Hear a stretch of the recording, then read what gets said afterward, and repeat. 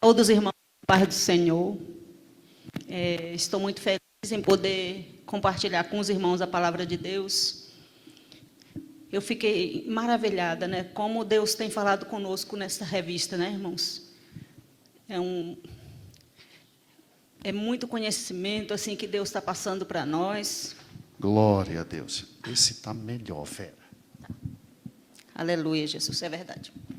Então, olha só, nós já estamos em abril. É isso mesmo. E é como se Deus estivesse nos preparando para aplicarmos todo esse conhecimento no decorrer do ano. Olha que privilégio. Aprendendo sobre sabedoria para os vários aspectos de nossas vidas. Questões práticas, questões do dia a dia, que o Senhor tem passado para nós. E como tem sido bom. Cada aula o Senhor tem nos favorecido momentos de muita reflexão, né, irmãos? Graças a Deus. O importante mesmo é nós sabermos que a sabedoria é uma bênção de Deus para as nossas vidas. E nós podemos tê-la. O Salomão fez o quê para ter a sabedoria? Ele pediu para o Senhor. E Tiago nos diz que quem não tem, peça, que Deus dá liberalmente. Deus dá. Tudo que a gente pede a Deus com fé, Ele dá para nós. Inclusive a sabedoria. E o que é a sabedoria? É a capacidade que nós temos de aplicar o conhecimento às diversas situações da nossa vida diária. Não basta conhecimento, né? Isso já foi falado várias vezes aqui no decorrer das aulas, no desenrolar das aulas, mas é bom nós repensarmos, né? Porque conhecimento a gente adquire nos livros, a gente adquire no meio em que vive. Só que adianta a gente ter um monte de conhecimento e não aplicar na nossa vida? Adianta? Não é verdade? Não adianta. E a sabedoria é nós aplicarmos os conhecimentos que nós temos. É olhar a vida na perspectiva do olhar de Deus. É como se nós estivéssemos vendo com as lentes de Deus, digamos assim, a vida, o dia a dia, o nosso cotidiano. Isso é uma bênção, gente, isso é uma bênção. Se nós bem pensarmos, isso é uma bênção de Deus. E é o que eu desejo, né, que essa manhã o Senhor venha nos trazer mais um pouquinho, né, sobre a sabedoria. E hoje, especialmente, sobre a questão de nós convivermos com o nosso próximo. Eu sei que essa questão não é fácil. Quando a gente fala de relacionamento, né, irmãos, não é fácil. Porque nós convivemos com pessoas que têm temperamentos diferentes. E nós somos diferentes. Isso é muito importante, nós sabermos que existem pessoas diferentes. E que essas pessoas têm o seu potencial também, têm suas qualidades, mas têm suas limitações, seus erros, suas falhas. E isso, quando a gente olha, quando a gente lida com essa situação dos relacionamentos com sabedoria, a gente passa a entender melhor nosso irmão, passa a conviver melhor, não é isso? E, com certeza, o que Deus mais quis, né, desde o início, foi que nós vivêssemos bem com os nossos irmãos. Primeiramente, Deus deseja, Deus espera o quê? Que nós tenhamos uma comunhão plena com Ele, o amor para com Ele. Isso é a base de tudo. Se eu amo o Senhor de todo o meu coração, de toda a minha força, com todo o meu entendimento, isso é muito maravilhoso. Porque Ele me amou primeiro, Ele amou cada um de nós primeiro, não é verdade? E nós devemos sentir esse amor. E quando acontece isso, esse amor vertical, gente, fica muito mais fácil de nós lidarmos com o nosso próximo. Não é verdade? O Senhor disse isso várias vezes. Então, vamos à lição. Abra aí, por favor, na página 77, ou 76 e 77, que fala sobre a sabedoria para viver bem com o próximo.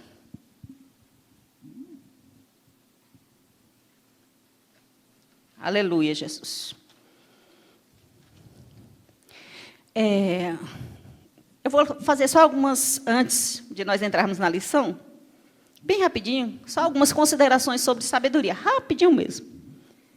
Lá em Provérbios 3, 18, diz assim: a sabedoria é a árvore que dá vida a quem a ela se apega, e ele será abençoado. Olha só, é como uma árvore que dá vida, a sabedoria. Uma árvore frutífera. Quem tem sabedoria dá frutos, né, irmãos? Frutos. Quais são os frutos?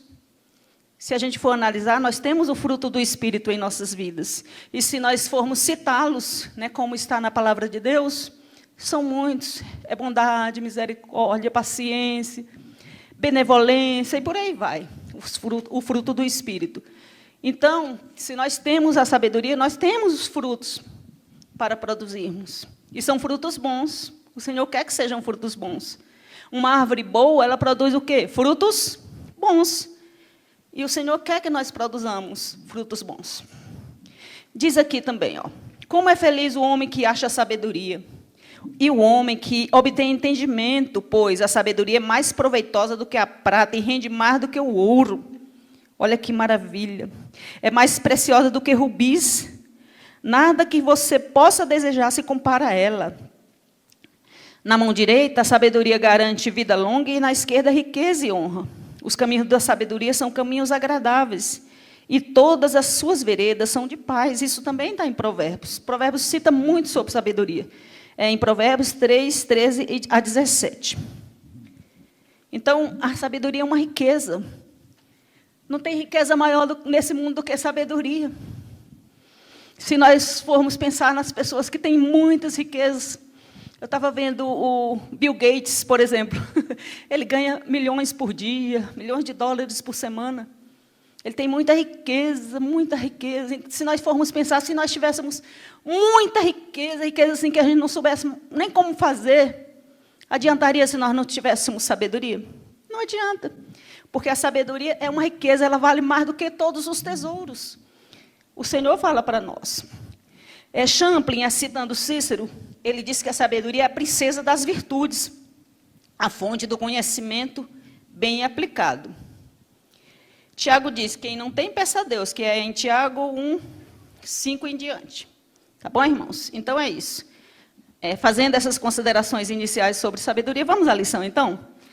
Abramos na página 76 e vamos ao texto A. O título é Sabedoria para viver bem com o próximo. Todavia, se cumprires conforme a Escritura, a lei real, amarás o teu próximo como a ti mesmo, bem fazeis. Isso está em Tiago 2,8. Verdade aplicada. Deus nos ama, por isso enviou o seu Filho para nos salvar. O amor é uma característica distintiva de Deus. Ele ama a todos da mesma maneira, e nós somos chamados para amar. É o que eu falei inicialmente. Deus nos amou primeiro. A palavra de Deus diz que Deus enviou o seu Filho unigênito, para que todo aquele que nele crê não pereça, mas tenha a vida eterna. Ali foi o amor de Deus expresso. A maior expressão de amor foi Ele enviar seu Filho único para morrer por nós, para resolver o problema do pecado. Porque Ele nos amou tanto que Ele não nos quer, não quer o mal para nós, Ele quer o bem. E esse bem Ele quer desde o início. Se nós formos analisar, desde o início o Senhor sempre quis o bem para nós. E aqui, na introdução, nos diz o seguinte, vou ler rapidinho aqui. O amor ao próximo é ajudar o outro sem desejar nada em troca, é um ato de compaixão e empatia, sem se deixar levar pelo orgulho. Aí, mais à frente, diz assim, mas para que isso aconteça, é necessário que nos amemos, pois uma pessoa só consegue ajudar o outro e amar o próximo quando se ama. Olha, gente, esse princípio é muito importante. O amor a si próprio. Quando nós entendemos que Deus nos ama, que nós o amamos e nós fazemos o possível para demonstrar esse amor para com o Senhor, e nós temos que evidenciar esse amor para com o próximo, isso acontece de uma forma muito mais fácil quando nós nos amamos. Nós vivemos em um mundo em que muitos não se amam mais. Infelizmente, gente. Infelizmente, muitos não se amam. E como é que eu vou amar o meu próximo se eu não me amo? Se a gente for analisar a vida, o cotidiano, a gente vê muitas pessoas que estão angustiadas, rancorosas, estão sempre armadas para combater ideias, e várias maneiras, porque elas, às vezes, dentro de si, ela não está bem resolvida na questão do amor. Então, nós temos que nos amar. E como é que eu faço para me amar, velho? Eu acho tão difícil, às vezes eu fico me analisando. Eu digo uma jovem, por exemplo, muitas vezes a jovem fica vendo a sua questão da sua imagem, da sua aparência, aí fica, eu não amo. Se eu não amo aquilo que Deus fez, eu estou dizendo o quê? Deus errou. E Deus erra, gente, nos seus projetos? Deus não erra, Deus não falha. Deus nos fez a sua imagem e a sua semelhança. Então, nós somos imagem e semelhança de Deus. Isso é um motivo para nós nos amarmos, não é? Não é verdade? Outro motivo para nós nos amarmos é porque nós somos alvos do amor de Deus. Como eu disse anteriormente, Deus amou o mundo de tal maneira, o amor de Deus foi abrangente e nos atingiu. Entenderam, meus irmãos? O amor de Deus é grande, é abrangente. E se nós nos sentimos amados, é tão bom se sentir amado. É maravilhoso se sentir amado. E outra questão que nós devemos nos amar é porque nós somos cidadãos do céu, gente. Aleluia, Jesus. A palavra de Deus diz que os discípulos saíram para trabalhar, para realizar a obra de Deus, e voltaram todos exibidos, falando para Jesus que estavam contentes porque os demônios estavam se sujeitando a eles. Aí Jesus falou para ele, ó, alegrai-vos pelo vosso nome, por essa causa, ó. O vosso nome está escrito no livro da vida, no livro dos céus. Isso é motivo de nós nos sentirmos felizes, cidadãos dos céus, glória a Deus. Não é uma bênção, meus irmãos? Quando nós passamos a analisar o quanto que nós temos valor diante do Senhor, esse amor vai ultrapassar, vai atingir outras pessoas. O amor próprio. Vamos nos amar, gente, porque Deus nos amou primeiro. Aleluia, Jesus. O Salmo 139 diz que Deus pensou em nós, em cada detalhe ao nos fazer. E muitos, o Senhor errou nisso, naquilo outro, não fez meu nariz como eu gostaria, meu cabelo não é como eu gostaria, eu nasci em tal família que não gostaria que fosse. Por aí vai, a gente fica assim, analisando a vida, né? E aí a gente se torna uma pessoa amarga. Não é isso? E a questão da comparação é terrível, gente. Hoje, se a gente for analisar, muitos sofrem, muitos não se amam, porque ficam se comparando. E diante do avanço tecnológico, a gente tem sido pior ainda. Tá?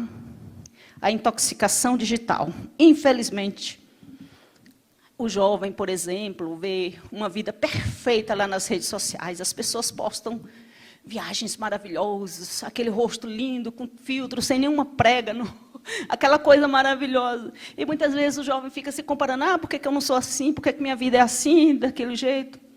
E aí vai se diminuindo, se diminuindo. E isso gera o quê? Gera um desconforto na pessoa. E como é que ela vai passar adiante um amor para com o próximo se ela mesma não se ama? Então, esse princípio de amar a si mesmo é muito importante, viu, meus irmãos? É muito importante. Pensemos nisso, tá? Vamos pensar bastante nisso, porque Deus quer que nós pensemos nessa questão. Então, olha só. O autor aqui da revista, ele colocou 3 pontos importantes para nós termos um bom relacionamento com o nosso próximo. Tá? Ele colocou a questão de nós, esse primeiro ponto, não deixarmos para amanhã o que podemos fazer hoje, ou seja, a questão de nós não jogarmos para frente o que nós podemos fazer de bom para o nosso próximo. Ele falou também sobre a questão do nosso falar, a nossa comunicação, o quanto que a gente deve ter habilidade para lidar com as palavras, para nós convivermos bem com o próximo. E, finalmente, ele apresenta aquela atitude bonita de nós estarmos perto, visitarmos, mas com sabedoria. E é sobre esses 3 pontos que nós iremos abordar essa manhã. Tá bom, meus amados? Então, vamos começar pelo primeiro. Diz assim, não deixe para amanhã o que você pode fazer hoje. Não deixe de fazer o bem a quem merece, estando em tuas mãos a capacidade de fazê-lo. Não diga ao teu próximo, vai e volta amanhã, que te darei, se já tens contigo. Isso está em Provérbios 3, 27 a 28. Então, este conselho do sábio Salomão é que a gente não deve jogar para frente, não deve postergar o amor para com o próximo. Viu? Não podemos, porque o amor, a prática do amor é urgente. Viu, gente? É urgente, é hoje, é para já. Viu? E é isso que o sábio Salomão está nos dizendo. Não deixe para depois, Porque se você deixar para depois, pode ser tarde. Entenderam? E essa prática, quem nos fala também é o Tiago. Tiago, aquele homem de Deus, ele se preocupava muito com a questão da religião, da fé, voltada para a prática do amor. Não basta conhecimento, nós precisamos conhecer sobre o amor. A gente conhece sobre o amor, a gente escuta sobre o amor, demais, não é, gente? O que mais tem é a literatura sobre amor. Amor de mulher para com a pessoa amada, amor de mãe para com o filho, esse tipo de amor é o que mais se encontra nas literaturas por aí. Mas o amor que o Tiago trata, na palavra de Deus aqui, é o amor prático. É o amor prático. É o exercício do amor, é a prática do amor. E olha o que Tiago nos diz. Tiago se preocupou muito com essa questão da prática. Olha só. Vem aqui no ponto 1, à sua direita. Diz assim. Na carta de Tiago, capítulo 2, versículo 14 ao 16, está escrito: Meus irmãos, qual é o proveito se alguém disser que tem a fé, mas não tem as obras? Pode acaso semelhante fé salvá-lo? Se um irmão ou uma irmã estiverem carecidos de roupa e necessitados de alimento, e qualquer dentre vós disser, vá em paz, se aqueça, fartai-vos, sem contudo lhe der o necessário para o corpo, qual é o proveito? Assim também a fé, se não tiver obras, por si está morta. As obras evidenciam a fé, tornando-a visível. Irmãos, é a prática, é a questão da prática. Mas aí alguém poderia perguntar, ué, mas nós, para sermos salvos, precisamos fazer tanto pelo nosso próximo? Gente, primeiramente, a palavra de Deus diz que o Evangelho é o poder de Deus. Vamos ler. Aqui diz assim, em Romanos 1,16 diz assim, porque eu não me envergonho do Evangelho de Cristo, porque ele é o poder de Deus para a salvação de todo aquele que nele crê, do judeu e depois do grego. Romanos 1,16.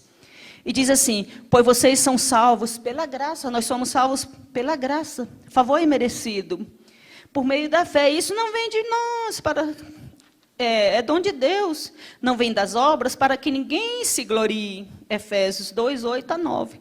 Então, gente, se nós fizermos essa prática do amor, como nos sugere aqui Tiago, como nos passa Tiago, não é para sermos salvos, porque nós já somos salvos. Aleluia, Jesus. Jesus já nos comprou com preço de sangue. Nós já pela graça, nós já fomos alcançados. Nós tivemos fé. Um dia nós aceitamos Jesus como nosso Salvador e nós já somos salvos. Mas para eu evidenciar que somos salvos, eu tenho que mostrar boas obras, bons frutos, não é verdade? E é isso que Tiago sugere. E ele diz que não adianta nós termos palavras. O próprio João também, João diz assim, se alguém tiver recursos materiais e vendo seu irmão em necessidade e não se compadecer dele, como pode permanecer nele o amor de Deus? Filhinhos, não amemos de palavra nem de boca, mas em ação, viu? O amor é ação e em verdade. E isso está em 1 João, capítulo 3, versículo 17 e 18. Então é isso, é o amor, é o exercício do amor, é isso que Deus quer, Jesus sempre quis isso. Ele quer que nós nos amemos e demonstremos esse amor no nosso cotidiano. E aí diz, se alguém tem recursos e vê um irmão lá necessitado. Gente, há pessoas que Deus abençoa assim, com mais um pouquinho. Mas será que é para só acumular e não reservar um pouquinho para o próximo? Já pensou? Para onde levar? Como faremos quando Deus nos chamar? Outro dia eu estava lendo achei até interessante, um pregador foi para uma determinada cidadezinha pregar a palavra, um pastor, né? E ele queria se apresentar bem bonito, de paletó e tudo. E aí ele foi para a cidadezinha lá e tal. Ao chegar lá, ele percebeu que não tinha levado seu paletó, seu terno. E aí, meu Deus, como é que eu vou me apresentar e tal? Aí deram a ideia, vai lá na funerária, e pega um terno daqueles para ti. Aí ele foi, pegou o terno e tal. Aí foi colocar a mão no bolso. Cadê o bolso? Mas para que a gente quer bolso quando a gente vai para o céu? O que vai nos seguir para o céu são as nossas obras. É a nossa fé. E aí, gente, para que acumular tanto, se Deus quer que nós repartamos aquilo que Ele nos deu? Claro que a gente não vai arrancar da goela o sustento da nossa família, para poder, né, dizer, ser um ativista aí da solidariedade, para aparecer nas redes, ganhar um monte de like. Não é isso. É nós pensarmos que a nossa vida, a questão do amor, vai nos fazer realizarmos coisas pelo nosso irmão, pelo nosso próximo, viu? E um pouquinho que você reserva é uma bênção, é uma maravilha, se você reserva um pouquinho. Não, isso aqui é para o projeto social, isso aqui é para o meu irmão que está precisando, minha irmã que está necessitando. Deus me deu um pouquinho a mais, o que é que tem eu repartir? Não é isso, meus irmãos? Então, que nós possamos desenvolver esse amor. E o amor expresso em obras, gente, se chama filantropia. Tá? Essa palavra filantropia, ela vem de 2 vocábulos gregos. Filia, que significa amor, antropos e homem. É o amor que mostramos ao nosso próximo. É o amor expresso em obras, viu? É o amor que se consagra em palavras, não só em palavras, mas em atos de misericórdia aos irmãos na fé inicialmente. Porque primeiro, como nos fala Gálatas 6,10, primeiro os domésticos da fé, viu? Por isso que às vezes a gente fala, vamos, né, aqui, por exemplo, na igreja, vamos distribuir, por exemplo, cestas e tal. Primeiro vamos olhar para os nossos irmãos aqui de dentro, né, um exemplo. Primeiro a nossa família. Mas a gente vai esquecer do outro? Não, porque o amor, como eu disse, o amor deve ser transbordante, ele deve alcançar muitas vidas. O Senhor quer que nós façamos isso. Viu? E é urgente nós olharmos para o nosso próximo. Olha, a gente às vezes fica pensando, analisando a nossa vida. Aí a gente pensa, não, lá em casa minha geladeira está bem cheinha. Eu tenho meu armário ali, meu celeiro cheio. Tem muita comida, eu posso comer, né, eu vou escolher o que comer e tal. Irmãos, mas se nós formos a pessoa, o servo do Senhor que tem amor para com o próximo, ele conhece a comunidade, ele procura conhecer um pouquinho da comunidade na qual ele está inserido. Começando pela sua casa, pela sua igreja e demais localidades. Pensemos um pouquinho. Hoje o Brasil conta com mais de 33 milhões de pessoas que passam fome. É muita gente passando fome, né, irmãos? É muita gente. Aqui no DF, por exemplo, 437 mil pessoas têm algum grau de insegurança alimentar. Ou seja, apesar dos benefícios, benefícios que o governo oferece, né? Cartão prato cheio, DF social, cesta verde, vale gás e tantos outros, isso não resolve. Tem muitas pessoas ainda passando necessidade. E se a gente for analisar, às vezes a pessoa está pertinho de nós, bem pertinho de nós. Só que muitas vezes a pessoa não expressa que está precisando e nós temos que pedir ao Espírito Santo o discernimento para nós podermos encarar, olhar e sentir a dor do nosso irmão, a necessidade do nosso irmão. É a chamada empatia, né? É a capacidade de nós nos colocarmos no lugar do outro. E isso é uma realidade tão próxima de nós. Gente, é bem próxima. Ontem mesmo, eu vou contar um exemplo rapidinho de uma situação de muito próximo de nós. A igreja aqui, a igreja não sabe, mas a igreja que sustenta uma família, que eu estou pelejando para trazer para a igreja, várias irmãs já foram lá comigo nessa família, que vive em condição de insegurança alimentar. Vive em condições tristes, precárias, muito precárias. Ontem mesmo, eu fui lá levar a cesta e algumas coisas a mais. Aí a menina veio chorando, porque esses dias não choveu demais, aquela chuva intensa. Pois é, aí destelhou lá e acabou molhando os colchões, não tem um cobertor seco. E aquela mulher toda cheia de olheira. Aquele lá mexeu tanto comigo, o adolescente com anemia profunda. O adolescente triste porque não tem uma internet para ele poder fazer os trabalhinhos da escola dele. Esse adolescente, um dia era o aniversário dele. Olha como é que Deus é misericordioso. Eu fico pensando o tanto que Deus é misericordioso, o tanto que o amor de Deus é bom. é grande. Um dia, eu falei assim, Sorilene, vamos fazer uma surpresa para aquela família, vamos levar um lanchinho para eles?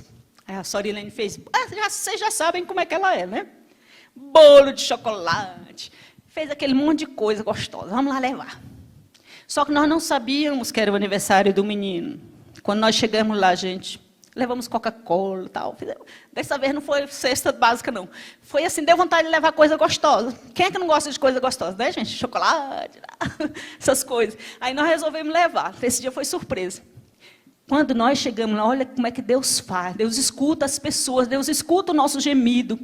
O menino chorou, porque ele estava pedindo um pão de doce para Deus naquele dia, que era o aniversário dele. Viu? E ali foi muito lindo aquele amor, ele sentindo o amor de Deus. É só um exemplo, mas tem tantos outros que a gente, no nosso cotidiano, acontece. Então, gente, pensemos na prática do amor. Às vezes está bem pertinho de nós uma pessoa necessitada. E é tão bom, gente. Foi feita uma pesquisa que uma das formas de nós nos sentirmos felizes é quando nós fazemos o bem. Sabia? Fazer o bem nos torna muito felizes. Abraçar o outro nos dá alegria, nos dá qualidade de vida. Libera uma substância chamada, um hormônio chamado ocitocina, quando você dá um abraço naquele que está precisando. Você já sentiu um abraço de alguém assim? Meu Deus, parece que a pessoa queria te quebrar e depois, oh, que alívio, que coisa boa. Isso é amor, gente, isso é amor expresso em obras. O Senhor quer isso de nós, tá, irmãos? O Senhor quer isso de nós. Glória a Deus. Mas esse amor é só para com o meu irmão da igreja, a minha família da minha casa. Não, esse amor é para com todos, tá? É para com todos. O amor de Deus, inclusive, o Senhor fala que nós devemos até amar os nossos inimigos. Isso está em Mateus 5, 43 e 48. E se ele tiver fome, a gente deve dar o que comer. Se tiver sede, a gente deve dar o que beber para ele. Mas é fácil amar quem ama a gente, não é? E quem nos odeia? Gente, tem gente que se torna inimigo da gente por nada. Só porque não foi com a nossa cara. Se torna nosso inimigo. Eu vou dizer só um exemplo de uma pessoa que se tornou minha inimiga por uma coisa tão simples. Ela tem uma pessoa que tem um amigo, não sei, um relacionamento ruim com uma ex-mulher e tal. Aí, um dia eu mexendo lá no meu Instagram, aí eu vi uma foto dessa menina e curti, que eu não tenho nada contra ela. Ela é ex desse rapaz. Pois ele me bloqueou, depois eu fiquei sabendo que ele me bloqueou, porque eu curti a foto da menina. Olha que coisa mais... Então, as pessoas se tornam nossas inimigas, às vezes, por coisas tão pequenininhas, não é verdade? Coisas que a gente fica pensando, meu Deus do céu, se tornou minha inimiga. Então, é fácil as pessoas se tornarem nossas inimigas. E a gente vai desprezá-las? Não, Jesus ensina a orarmos por elas. Vocês querem ler lá como é que Jesus diz? Qual é a sugestão de Jesus para com os nossos inimigos? Abra lá em Mateus, rapidinho. Eu acho que é importante a gente conferir os textos, né, irmãos? Mateus, capítulo 5, versículo 43 em diante. Diz assim, vocês ouviram o que foi dito, né? Amem o seu próximo, odeiem o seu inimigo. Mas eu vos digo, amem os seus inimigos e orem por aqueles que vos perseguem, para que vocês venham a ser filhos do Pai que está nos céus, porque Ele faz raiar o sol sobre os maus e os bons e derrama chuva sobre justos e injustos. Se vocês amarem os que vos amam, que recompensa tereis? Até os publicanos fazem isso. Portanto, o versículo 48 diz assim, portanto, sejam perfeitos, como perfeito é o vosso Pai Celestial.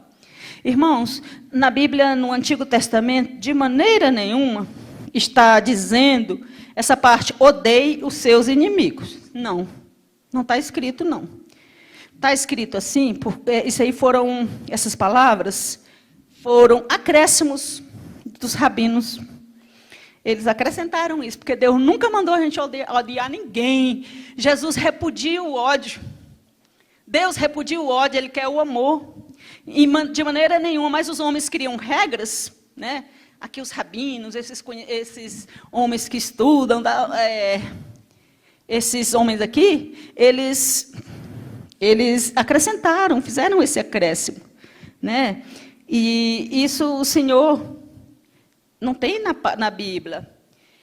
Era parte aceitável na época, na questão da ética judaica daquela época. Era aceitável. Aceitável no pensamento deles lá. Eles alteraram a lei de Deus, acrescentando esse mandamento: odiarás os teus próximos, o teu próximo. Jesus nunca mandou isso. Foi um acréscimo ilegítimo. Quer ver? Vamos confirmar como é que foi ilegítimo? Vejamos lá em Levítico 19, 18. Diz assim: não procurem vingança, nem guardem rancor contra alguém do seu povo, mas ame cada um do seu próximo como a si mesmo. Ame cada um do seu próximo. O meu próximo pode ser alguém que nem gosta de mim, mas é meu próximo. Eu sou o Senhor. Levítico 19, 18.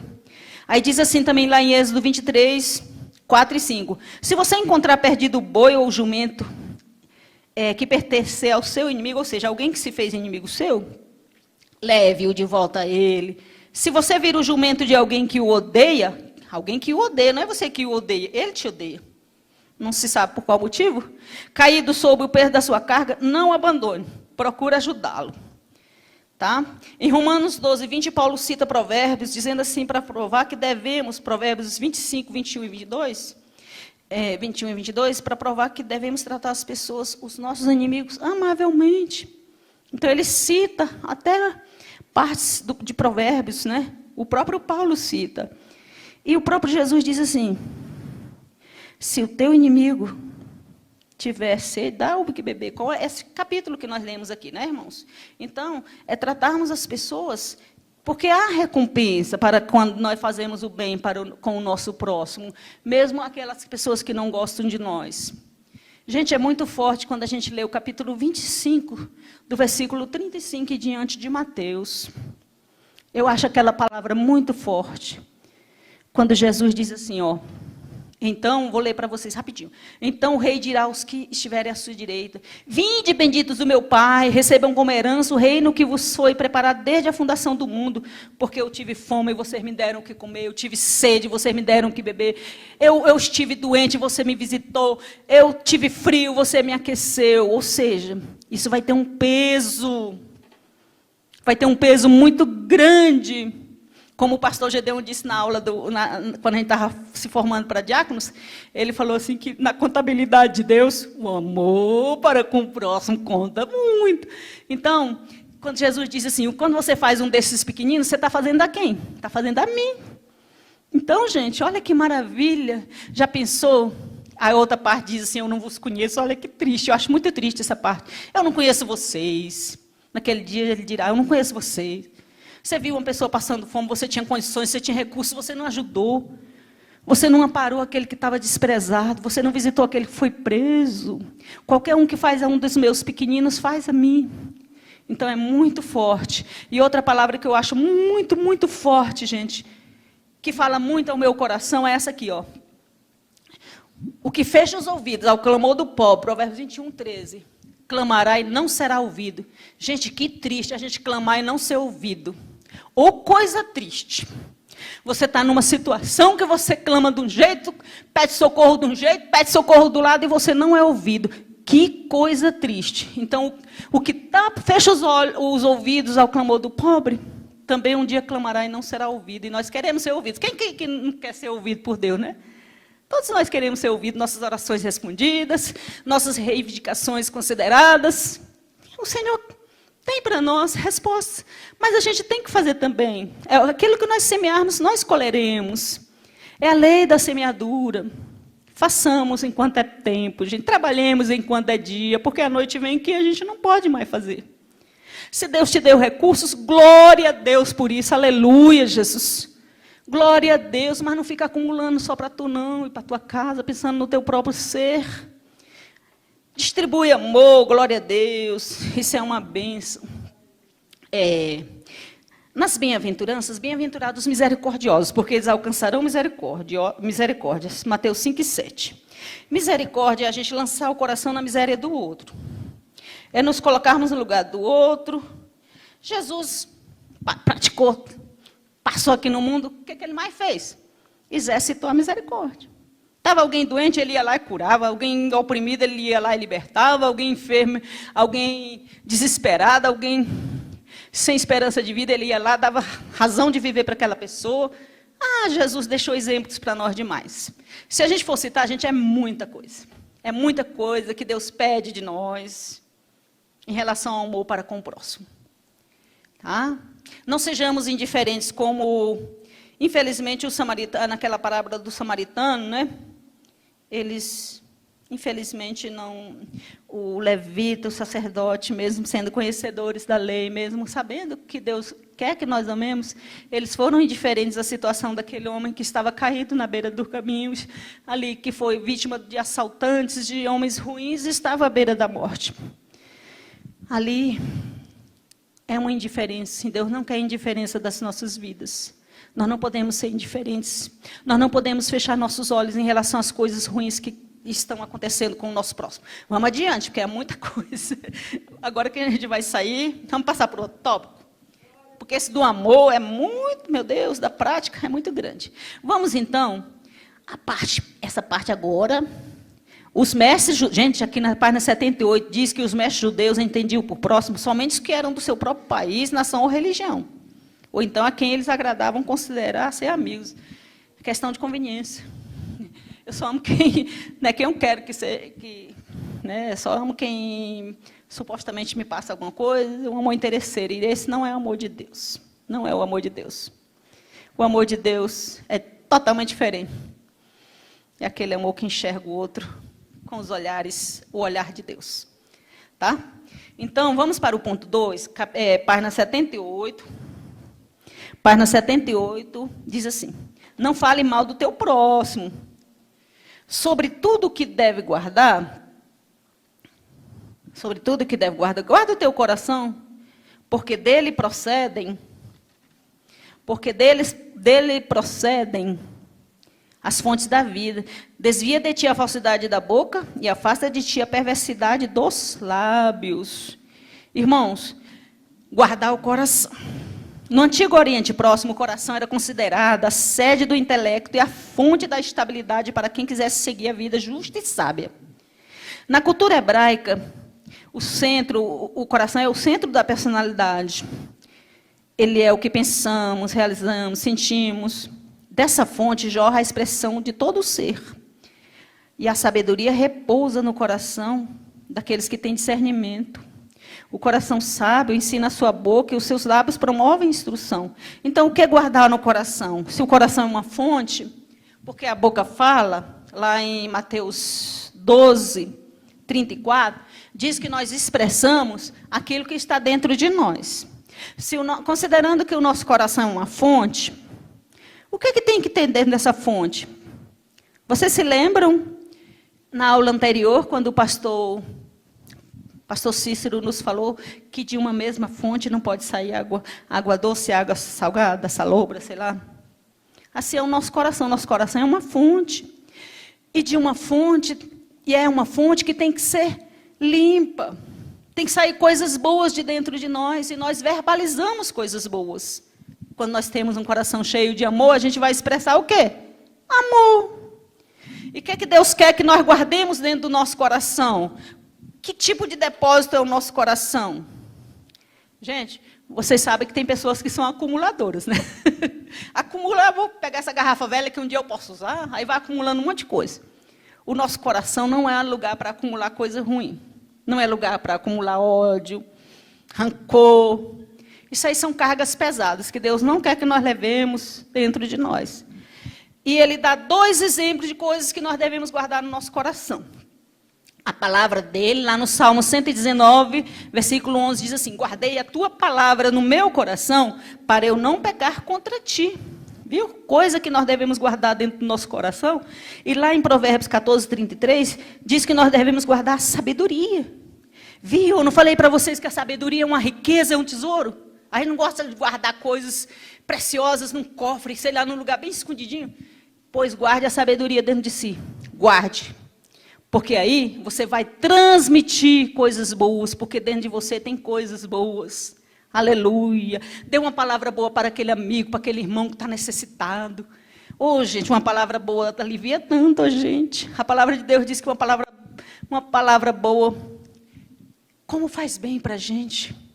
Então, lancemos palavras boas, falemos coisas boas, transmitamos para o nosso irmão coisas boas. Usemos essa habilidade que Deus nos deu, que é a habilidade de nos comunicarmos verbalmente para o bem. Falar de Deus, não é coisa boa? Ah, eu vou me reunir com fulano, eu vou falar daquele outro ciclano. Aí já está julgando, já está lançando palavras ruins. Fala palavras boas, palavras que edifiquem, né? Palavras que façam bem, palavras temperadas. E que possamos... Tem um homem chamado Dale Carnegie.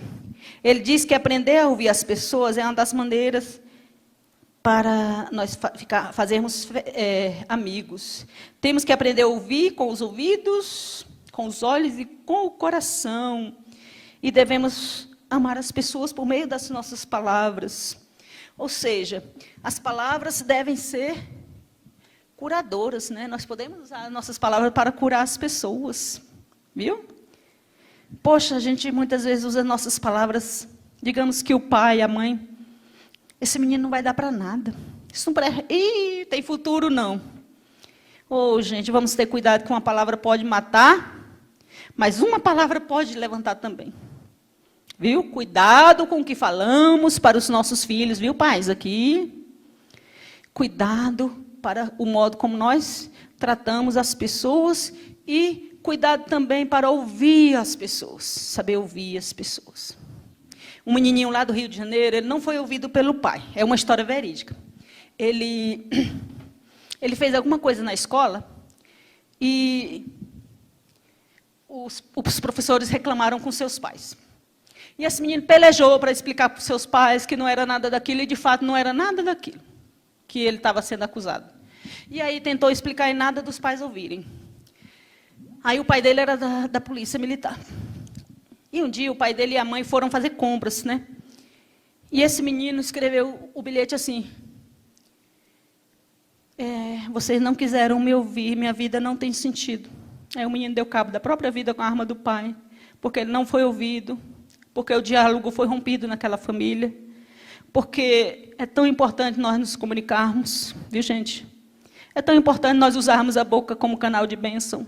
Vamos abrir nossa boca como essa fonte, vamos jorrar coisas boas, jorrar palavras boas, palavras de vida, para quem está quase morto. Vamos usar nossos lábios para o bem. O Senhor quer isso de nós, tá? Glória a Deus. Aleluia. E vamos evitar julgamentos. E ao falarmos alguma coisa, vamos pensar antes. Será que o que eu vou falar, analise. O que eu vou falar é verdadeiro? Procede? Vai edificar? Vamos conversar com Deus antes de nós proferirmos alguma coisa. Vamos conversar com Deus. Custa a gente perguntar: Senhor, eu estou muito furiosa com fulano, ciclano. Mas me dá as palavras, me dá a habilidade de usar essa coisa maravilhosa que é o ato da comunicação, para eu passar para o meu filho, passar para alguém que me feriu. Me dá sabedoria, o Senhor dá. Aí você vai usar as palavras direitinho. Direitinho, pode ter certeza. E essa palavra pode levantar a pessoa. Tá bom? Há um provérbio inglês que diz o seguinte: tu és senhor da palavra não dita. Só que a palavra dita é o teu senhor. Lançou a palavra, já era. Então, cuidado com o nosso modo de falar. Vocês viram na aula passada que o pastor Cícero contou uma história triste de um casamento que acabou por causa de palavras mal proferidas, mentira, coisa ruim. Ele sofreu 20 anos, eu estava até comentando com o pastor Cícero, né, pastor Cícero? Aquele homem sofreu 20 anos para poder a mulher pedir perdão, que era tudo que ela inventou para destruir o casamento dele. Palavras mal proferidas destruíram um casamento, acabaram com a emocional de um homem, de uma mulher, de uma família, destruíram uma família. Então, gente, pensemos muito bem antes de falar. O salmista, deixa eu ver se eu não estou tomando muito tempo, né, gente? O salmista diz assim: põe-se em uma guarda minha boca, vigia a porta dos meus lábios. Viu? põe uma guarda na minha boca, ó. Um guarda lá, ó. Estou moendo aqui para falar, mas põe um guarda aqui, não deixa só ir não, essa palavra ruim. Está repreendido, em nome de Jesus, você repreende. Não fala. Não fala. Respira. Augusto Cury fala que muitas loucuras nós fazemos nos 30 primeiros segundos de nossa vida. Se você está irado, com muito ódio, se você puder contabilizar 30 segundos, respirar, você não vai falar aquilo. Então, engole seco. Engole seco, que nem minha mãe falava quando a gente ia chorar. Engole esse choro. Engole o choro. Engole as palavras ruins. Engole. Pede para o Espírito Santo trabalhar na tua vida, na minha vida. Para a gente não lançar a palavra ruim. Tá bom? E a palavra ruim também, gente, diz aqui. Não faleis mal, o 2.1 diz assim, não faleis mal um dos outros. A questão de criticar, a pessoa não está presente, né?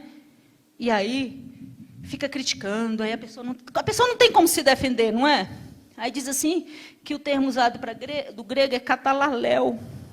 Eu li numa outra tradução, é catalaleite, parece a pronúncia, não sei.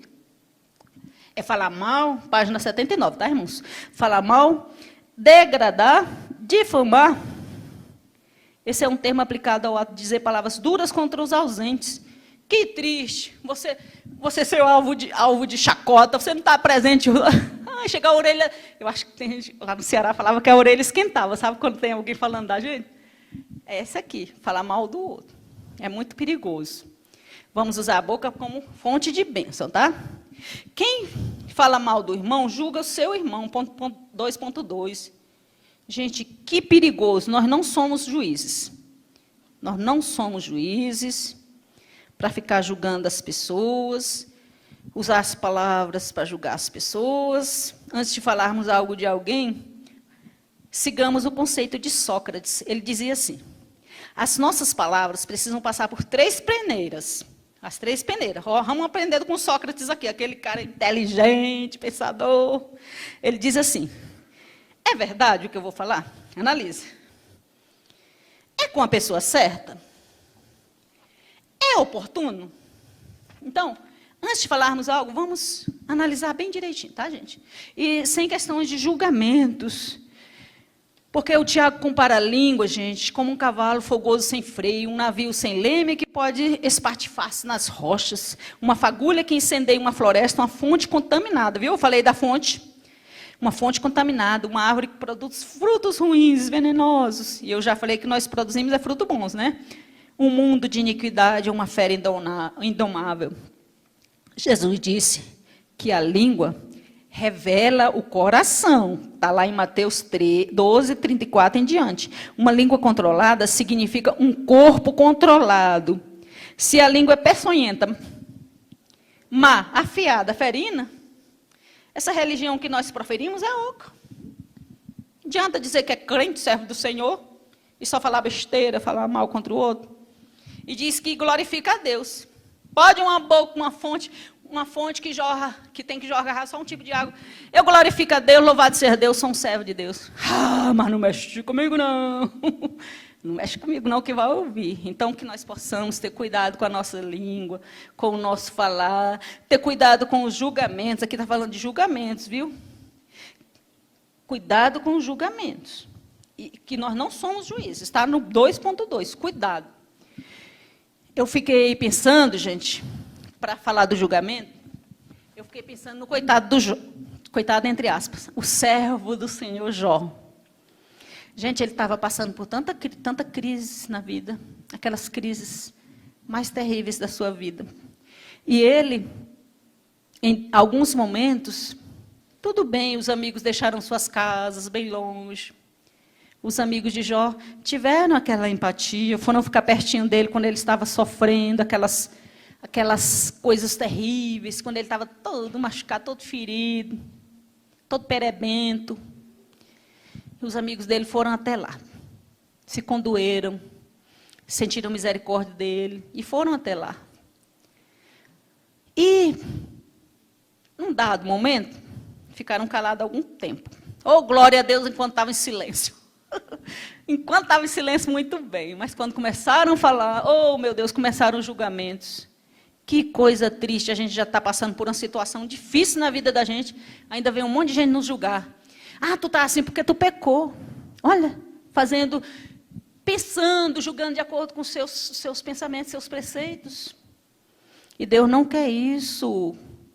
Deus não quer que nós exerçamos o papel de juiz. O juiz é Deus. Ah, quer dizer que eu não devo? Deve. Nós devemos ajudar o irmão que está em perigo, socorrer. Mas nós temos que ter muito cuidado com os julgamentos, tá? Vamos rapidinho ler o que Jesus diz sobre o julgamento. Vai lá em Mateus 5, rapidinho, tá, gente? Mateus 7.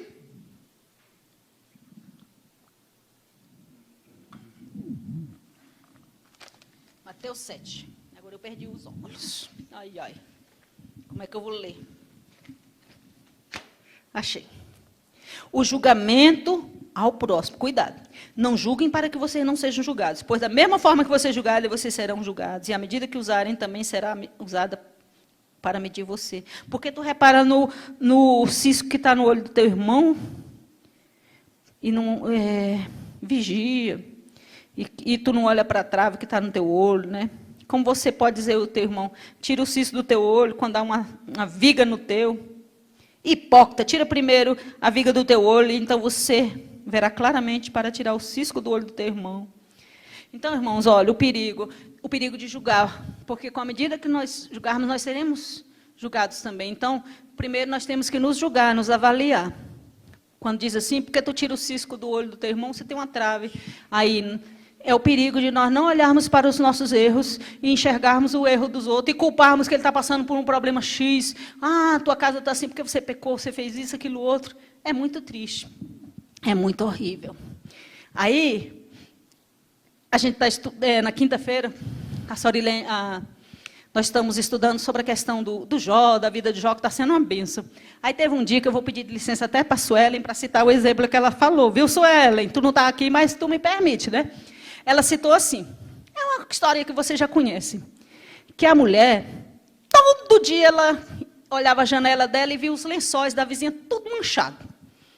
Vocês conhecem essa história? Tudo manchado. Ela olhava lá, ai, que mulher porca, ela comentando com o marido, que mulher porca, ela nem lava esses lençóis direito, o lençol vai tudo manchado, por que ela não compra um sabão em pó, uma coisa, ela lava esses lençóis para ficarem bonitinhos, branquinhos. Todo dia ela fazia isso. Aí um dia, ela resolveu lavar a vidraça da casa dela. Aí ela, meu Deus, como estão brancos os lençóis da minha vizinha. Então, gente, nós temos que ter cuidado para não julgarmos. Muito cuidado, porque é perigoso a gente fazer julgamentos baseados nos nossos próprios pensamentos. Cuidado. O Jó, eu vou falar só uns 3 julgamentos que o bichinho teve que encarar. Oh, meu Deus, daqueles amigos. Olha só, o Swindoll, aqui no livro de Jó, Swindoll diz assim, na página, deixa eu ver, 221. O Jó diz, eles dizem assim, o amigo dele, o Elifaz, diz assim, você está sofrendo porque você pecou. Jó 22, 1 a 11. Diz assim, você é hipócrita porque você escondeu seus pecados. Jó 12 e 20. Você precisa se arrepender. Você não tem misericórdia dos pobres. Você mandou embora de mão vazia a viúva. Gente, e vamos lá, pancadaria de julgamentos para Jó. Se coloca aí no lugar de Jó. Você está sofrendo horrores. Você está sentindo dores, você está sentindo angústia, e ainda vem umas pessoas e lançam toneladas de julgamentos para você. É muito triste. É muito triste. E olha que aquele homem Deus o via como um íntegro correto. Olha, o importante é como Deus nos vê, tá, gente? Um dia ele resolveu falar. Oh, meu Deus do céu, isso... Tem que colocar uma lente. Um dia o Jó falou assim, respondeu essa questão. Olha, gente, eu livrava os pobres que clamaram e também o órfão que não tinha quem o socorresse. Jó 29, 12. Jó nunca fez isso que esses homens, né, julgaram que ele tinha feito, nunca, jamais. Mas, talvez, eu entendo que aqueles homens estavam procurando uma resposta para o sofrimento de Jó. E muitas vezes nós usamos as palavras de forma inadequada, não é porque somos ruins, não. É porque a gente simplesmente não pensou. Tá? E a palavra de Deus diz que responder antes de agir é pecado, responder antes de ouvir é pecado. Então, nós temos que ouvir, analisar as coisas para a gente poder proferir alguma coisa. E o julgamento, claro que a gente pode corrigir as pessoas. Se uma pessoa está quase caindo num buraco, eu não vou avisar? Não vou ajudar? Mas isso, a palavra de Deus diz que tem que ser com brandura, com sabedoria. Viu? Tem que ser com sabedoria. O Senhor nos ensina isso, viu? Agora, vamos passar para o outro ponto, senão a gente não termina. O último ponto, tá?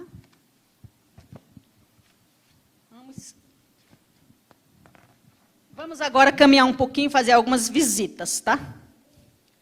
Vamos visitar agora algumas pessoas aqui. Visitar sim, morar não. Provérbio 25, 17. Não ponha muito o pé na casa do teu próximo, para que ele não se enfade de ti e passe a te odiar. Irmãos, Salomão não está dizendo aqui que você está proibido de visitar teu irmão, não, tá? Ele está falando sobre a frequência. Ele está falando sobre nós termos sabedoria para visitarmos os nossos irmãos. É muito bom receber visitas, é muito bom visitar, mas nós temos que ter sabedoria. Sabedoria. Hoje existem meios para, quando a gente vai visitar, pode mandar uma mensagem, pode combinar antes. A visita tem que ser algo planejado. O que é que eu vou falar? Em que situação eu vou encontrar? A pessoa está enferma, qual palavra que eu vou falar? A pessoa está passando por um problema, né? O que eu vou aconselhar? Visitar é coisa boa, é bênção de Deus, viu, gente? Não vamos deixar de visitar nossos irmãos, não. É bom ser visitado, principalmente quando a gente está passando... Eu tenho amigos, graças a Deus, muitos amigos, que parece que sentem minha dor. Vai na minha casa, às vezes, parece que sabe tudo que eu estou passando. E coisa boa. Vai lá em casa, meus amigos, meus parentes. E como eu me sinto aliviada depois de uma boa conversa, de uma refeição, de um café. Que coisa maravilhosa. É bom visita. Visita com amor é bom demais. Viu, gente? Eu vou contar só um exemplo de uma visita que eu recebi um dia. Ai, meu Deus do céu. Será que dá tempo? Eu estava passando por um momento muito difícil durante a Covid. Muito difícil mesmo. Porque juntou a Covid com todo aquele isolamento social, que, inclusive, causou muita depressão em pessoas. Muitos idosos morreram durante a pandemia porque não receberam visitas. Não foi de Covid que muitos morreram. Pesquisas revelam que muitos morreram porque não recebiam seus netinhos, sua família, na época da pandemia. E muitos chegaram a um ponto de depressão. Isso é pesquisas confirmando. Então, eu estava nessa situação de Covid e depressão durante a pandemia. Muito forte. A ponto de eu não querer sair da cama. Não queria sair da cama. Aí um dia eu falei assim, Senhor, manda um anjo aqui, que eu estou muito debilitada, eu não estou conseguindo nem aguar minhas plantas, que é a coisa que eu amo demais. E eu pensando, mas as pessoas não estão visitando agora na pandemia. Como é que vai ser? Aí, quando eu escuto bater lá no portão, fui abrir. Edmeia. Eu errei a parada, desci aqui, não sei por quê. Eu falei, porque eu estava orando, pedindo um anjo. Ué, eu estava pedindo um anjo, tu veio. Aleluia. Edmeia fez tapioca para mim. Molhou minhas plantas, aliviou minha alma, aleluia. Oh, gente, é muito bom. Então, vamos ter sabedoria para visitarmos.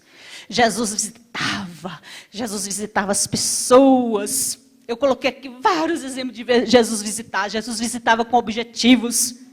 Quando ele visitou a casa de Zaqueu, que está lá, rapidinho, vou falar só uns 3 visitas que Jesus fez, senão daqui a pouco a gente não... né?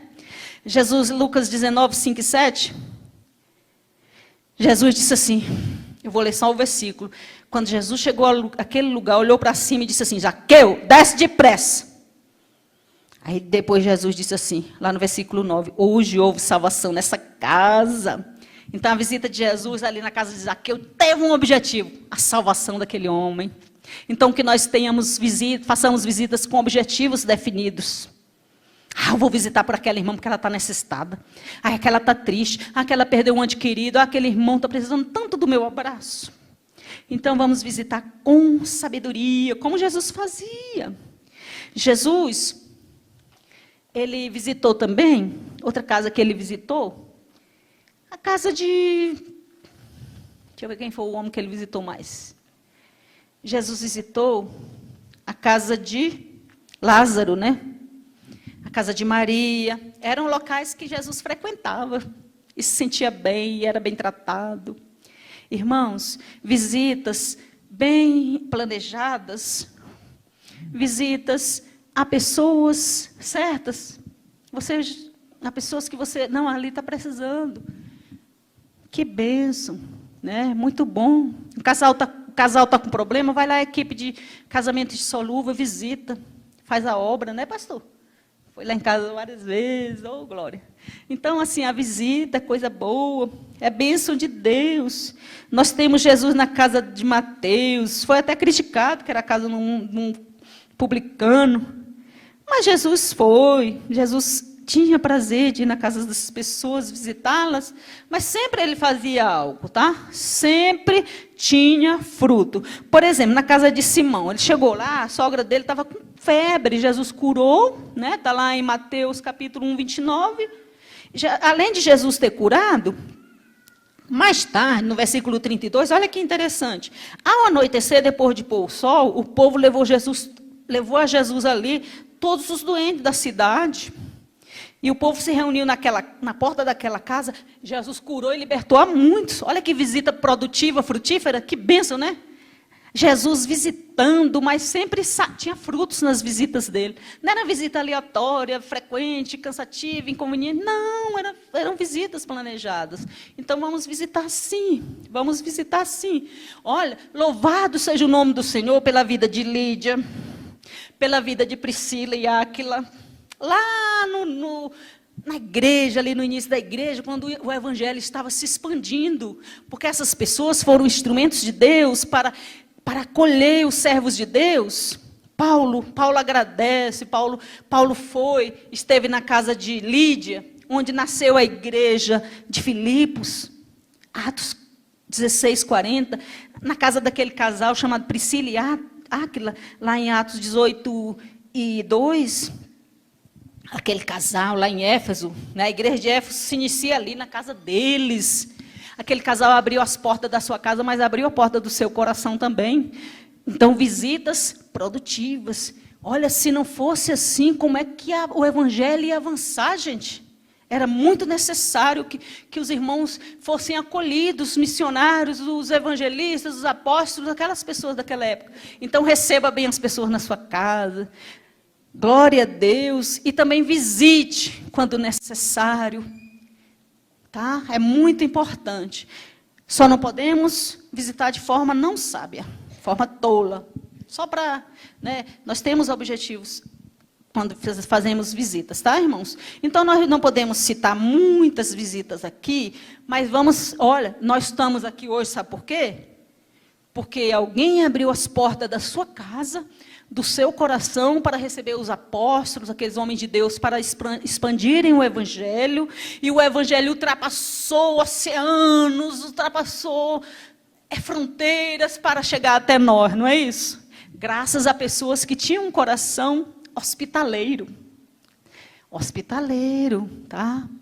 E Jesus ensina a nós sermos assim. Ele quer que nós sejamos, tá certo? Então, para concluir, eu vou ler só a conclusão, porque nós não temos muito a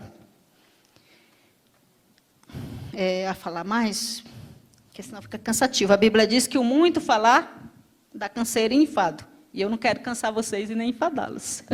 Glória a Deus. Então, vamos visitar, tá? Vai visitar um irmão que perdeu... gente, tem um exemplo tão triste de uma pessoa que foi visitar minha sogra quando ela perdeu o filho. Falou uma palavra tão ríspida para ela. Quase mata minha sogra espiritualmente. morreu. Pena que foi para o inferno, que não era crente. Isso é a palavra. A gente tem que lançar a palavra de bênção para as pessoas, quando nós vamos visitá-las. Lançar coisas boas, sementes boas, sementes. Vamos fazer isso, que Jesus fez isso. Ele visitou várias casas. Na casa de Marta e Maria, ele foi lá e visitou, ensinou, orientou, merendou. Coisas boas nós podemos fazer nas visitas. Mas vamos levar Jesus conosco? Quando a gente for visitar, não vamos sozinhos, não. Jesus, ali, me dá a palavra certa que eu devo falar. Jesus, eu vou orar por aquela pessoa, me dá unção na minha oração para que haja fruto. Vai visitar um doente. Eu conheço fulano que morreu dessa mesma doença. Oh, meu Deus, que tolice. Não, vamos visitar com sabedoria e amor. Tá, meus amados? Eu vou concluir aqui a conclusão. Chegamos ao final de mais uma lição de nossa revista Estudos Bíblicos Dominicais. E ao estudarmos todas essas lições, a minha oração é que tenhamos um relacionamento mais sadio diante das pessoas que vivem ao nosso lado. Salomão, pelo visto, era um homem de bons relacionamentos. E todos os conselhos que ele deu nesse sentido vale a pena ser lidos, relidos e, acima de tudo, guardados em nossos corações, na nossa fonte aqui. Podemos observar que os conselhos de Salomão são atualíssimos, são atuais, e que não podem ser desprezados por nós. É importante lembrar que a vitória está em Cristo. Se você ainda não aceitou Jesus Cristo como seu único e suficiente Salvador na sua vida, faça isso hoje e tenha um ano repleto de bênçãos.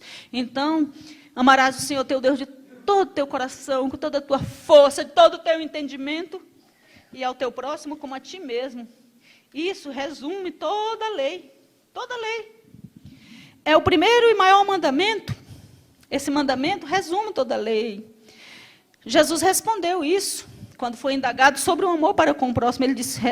Ele respondeu assim, ame o Senhor, o seu Deus, de todo o teu coração, de toda a sua alma, de todo o seu entendimento. Este é o primeiro e maior mandamento. Amar a Deus é o primeiro e maior. É assim quem tira. E o segundo é semelhante, é parecido, viu? Tem que ser parecido, tem que ser semelhante. Ama o teu próximo como a ti mesmo. Destes dois mandamentos dependem a lei e os profetas. A resposta de Jesus é essa. Ele quer que nós distribuamos amor. Amemos o Senhor, sejamos amados por Ele, distribuamos para as pessoas. Amém? Vamos ficar de pé para agradecermos a Deus por essa lição? Glória a Deus. Senhor nosso Deus, nós te agradecemos, Senhor, por o Senhor ter nos feito pensar alguns pontos importantes sobre o relacionamento com o nosso irmão, Pai. Muito obrigada, que nós possamos aprender de Ti, como o Senhor nos ensina na Tua palavra, Jesus. Nos ensina, Senhor, nos orienta. Senhor, que o Espírito Santo possa nos conduzir em todas as nossas ações, nas nossas palavras, em tudo. Domina o nosso ser, domina o nosso coração, que o nosso coração seja fonte de bênçãos. Em nome de Jesus, eu te agradeço pelos irmãos que estão aqui, participando desse momento, e aqueles que estão nos vendo aí pela live, alcança todos. Jesus, nessa manhã visita as casas, Jesus. Visita, Jesus. Visita os lares daqueles irmãos que estão enfermos, passando por situações difíceis na sua vida, supre suas necessidades materiais, espirituais, emocionais, Senhor. Visita nossas casas, visita nosso celeiro, visita nosso ser, meu Deus. Em nome de Jesus, fica sempre em nosso coração. Em nome de Jesus. Amém, Senhor, amém.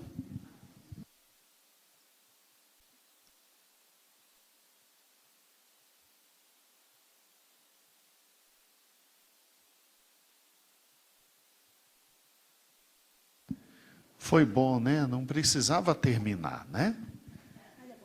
Vem cá, peraí. Senhor, abençoa a tua serva.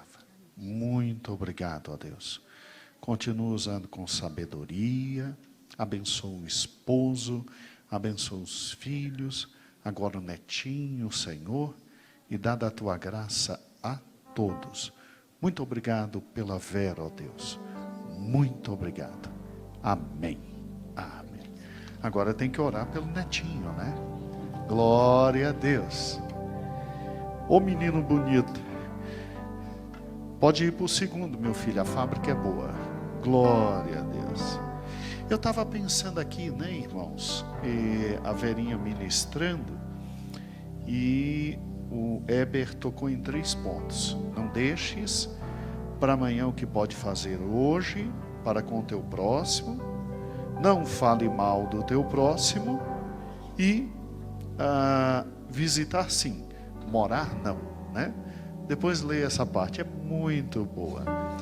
E Verinha falando e destacando o Senhor Jesus. Cristo é exemplo de tudo mesmo, né? O Senhor é um exemplo maravilhoso de amor ao próximo, né? De visita com finalidade, integridade, de compaixão, de carinho. Como o Senhor é bom, né? E aí veio ao meu coração, nós agora nesse momento de dizimar,